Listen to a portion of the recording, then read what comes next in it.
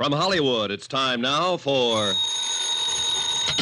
Johnny Dollar. Joe Parker, Johnny, Surety Mutual. Oh, hi, Joe. What's on your mind? A gorgeous doll named Dolly McLean.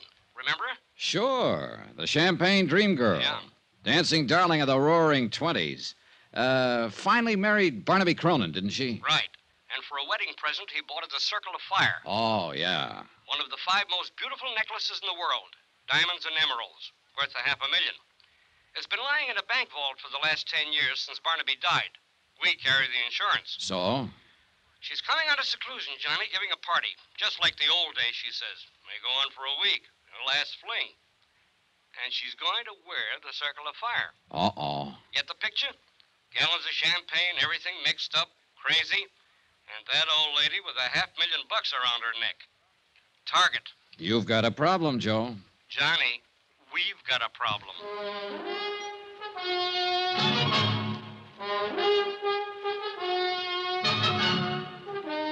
Tonight and every weekday night, Bob Bailey in the transcribed adventures of the man with the action-packed expense account, America's fabulous freelance insurance investigator. Yours truly, Johnny Dollar.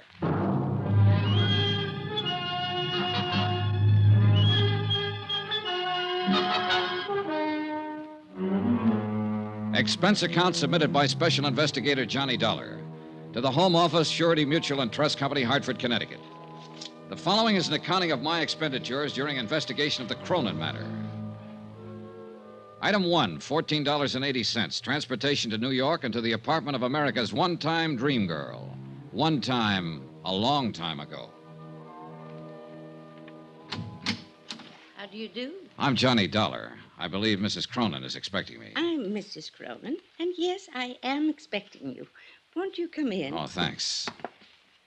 I did have butlers and maids and such for years, scads of them. But since Barnaby passed away, I've just hibernated, you might say. Oh, in here, Mr. Dollar. Thank you. 10 years now in this same little apartment. As you can see, I've just been living like a little mouse. It looks very comfortable. Oh, I suppose it's comfortable enough, but... Oh, Sylvia, I'd forgotten you were still here. Mm-hmm. But not for long, Mrs. Cronin. Oh, no. Please stay. We'll have some tea or sherry or something as soon as... Oh, you two, do you know each other? No, I'm afraid we don't. Oh, but of course not. How could you? Sylvia, this is Mr. Dollar. Miss Blake. How do you do, Miss Blake? Hello. Mr. Dollar's here to talk to me about, something or other. I'm not quite sure what, as a matter of fact. It won't take but a few minutes. If Miss Blake would excuse us. Sure. Go ahead. Have at it. Well, if you'll come this way, Mr. Dollar. Don't you leave now, Sylvia. Not a chance. I just spotted your bottle of tea. I'll have one or two with soda, if you don't mind. What's so... Oh, I see what you mean. You young people. In here, Mr. Dollar. You by any chance Johnny Dollar? Yeah, that's right. Why, Miss Blake? Just wondered. Well, here's looking at you. And, brother, I wouldn't be in your shoes for $1 million. No? How about $500,000? That, I'll admit, might interest me. Well, shall we? After you, Mrs. Cronin. Thank you. Wonderful girl, a born comedian. Yeah, she's a scream. What is she, an actress? Oh, no, she writes things for magazines and things like that. Sit down, Mr. Dollar. She came to interview me one time. That's how I met her. I see. She wrote a piece about my necklace, the Circle of Fire. Sylvia Blake. Oh, sure. Articles about gems, famous stones, jewel robberies. That's her. Oh, she's fascinated by the subject. She's coming to my party. Oh. Why don't you come to my party, Mr. Dollar? Fine, I'd love to. In fact, that's why I'm here. Oh? Joe Parker over at Surety Mutual is kind of worried about this party, Mrs. Cronin. He's afraid you might invite people like me. What? I mean, people you don't know.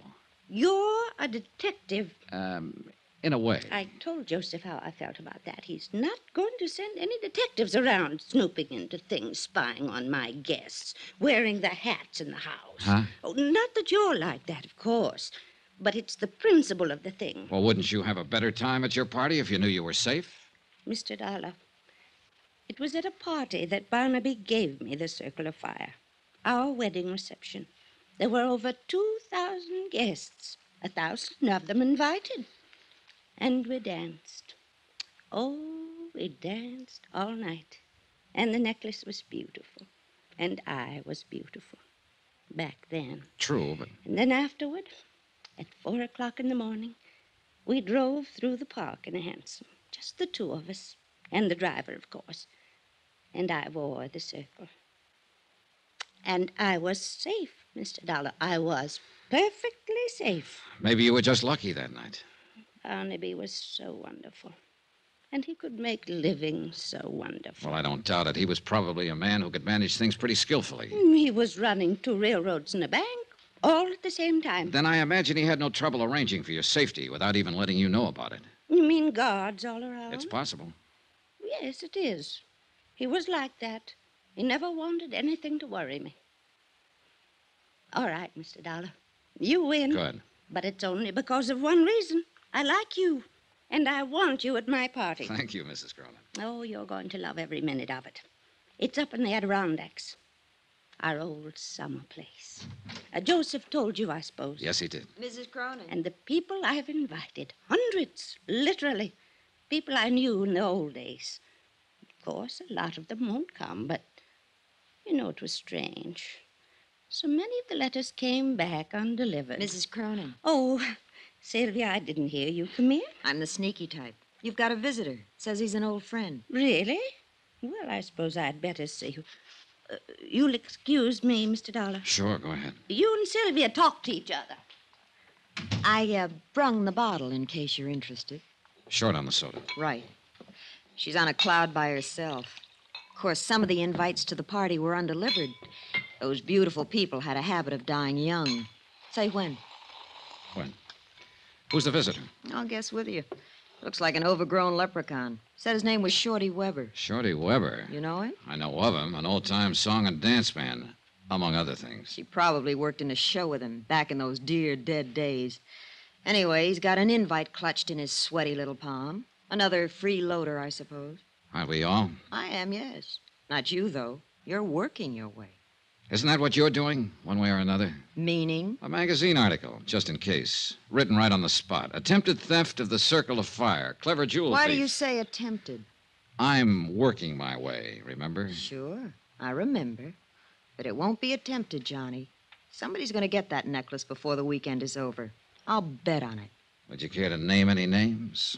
Pick a name off the guest list. Any name. Suppose I pick Sylvia Blake. You're the detective. You've dug up and written up every big-time jewel theft over the last 50 years. You're bugged on the subject. Obsessed with beautiful gems. Fits my personality. I'm rather beautiful, too, in a brittle and glittering sort of way. Don't you think so, Johnny? I think you work pretty hard at that tough act. Maybe. And I think you'd give your right arm to own that necklace. Going after that would really be going for the big one. Going for broke. And somebody will do it, Johnny. Wait and see. She left a few minutes later with the bottle under her arm and a chip on her shoulder. With the girl gone and the scotch gone, there seemed to be no point in me hanging around any longer. So I went looking for Mrs. Cronin to say goodbye. I didn't find her, but I did find her caller, Shorty Weber. He didn't hear me come into the room. He was too busy. He was hunched over Mrs. Cronin's writing desk, going through her mail. You won't find it there, Shorty. Who's that? Hold it, Shorty. Don't try to reach for it. I wasn't gonna. Honest, I wasn't. Turn around. Put your hands up against the wall. You got me all wrong. I wasn't Okay, gonna relax. do nothing. I was just 38, stub barrel, clip holster. Nice gun. It belongs to a friend of mine. Bad business, Shorty. An ex-con packing a gun. Oh, I guess you're Johnny Dollar. She said you was here. And I know what you're thinking, Mr. Dollar, but you're wrong. Why, Dolly, Mrs. Cronin, she's an old friend of mine. I tried to get her to marry me once, over 30 years ago. A lot can happen in 30 years. Does she know you've served time in prison? Yeah. She thinks I was on tour, Europe and Australia. She never reads a paper or hears anything. Don't tell her, Mr. Dollar. Please don't. You know, it's quite a coincidence, Shorty. It was Jules that time. A big affair in New Orleans. And you were hired as an entertainer. A diamond bracelet, wasn't it? And you were caught cold. It's the only time in my life I ever done anything like that. And I wouldn't again. Not, especially not to her. Why, I'm planning to look out for her at this party. That's why I bought the gun. And is that why you were going through her mail there? Yeah, I wanted to see who was coming. I learned things while I was doing time. I know how the word gets around in a big deal like this. There's a lot of wrong guys in this world. No argument, Shorty. Yeah, well, you met her. You know how she is. She's a babe in the woods on something like this. Should my ears be burning, or is it some other babe you mean? Not for me, Dolly. You're the only babe I ever could see. Oh, Shorty, you never give up. Oh, do you two know each other? Not exactly, but we found we had a mutual friend.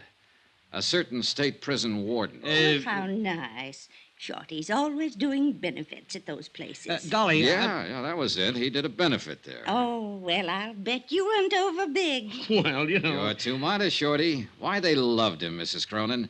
Hated to let him leave. Yeah. Well, speaking of leaving, I got a shove now. Don't take any wooden nickels. It was crazy and corny and sad. The whole idea. I guess the sadness of it hit me when I was saying goodbye to Mrs. Cronin at the door. The gaiety slipped for a moment, and suddenly she was old and tired. And at the same time, she was a scared little girl. And then she said something strange, and the shivers ran up my back. Do you believe in premonitions, Johnny? Well, I have a hunch now and then. Well, whatever it is, it's the reason I'm doing this. Having this party. One last fling, you might say, before it's too late. Oh, come now. You're still a young woman, Mrs. Cronin. No. I'm old, Johnny. I've been old for years. Since Barnaby died. We loved each other so, but that's not what I mean. I've had this premonition lately What sort of a premonition? that something awful, something terrible is going to happen to me.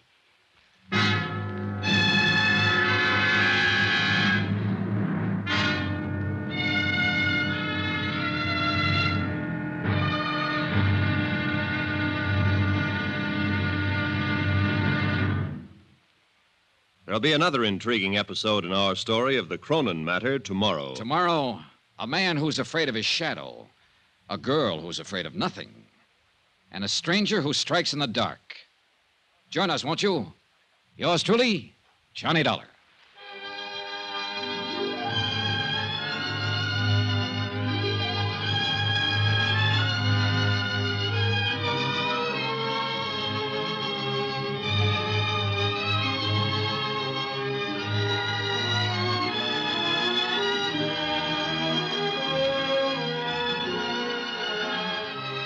Yours truly, Johnny Dollar, starring Bob Bailey, is transcribed in Hollywood.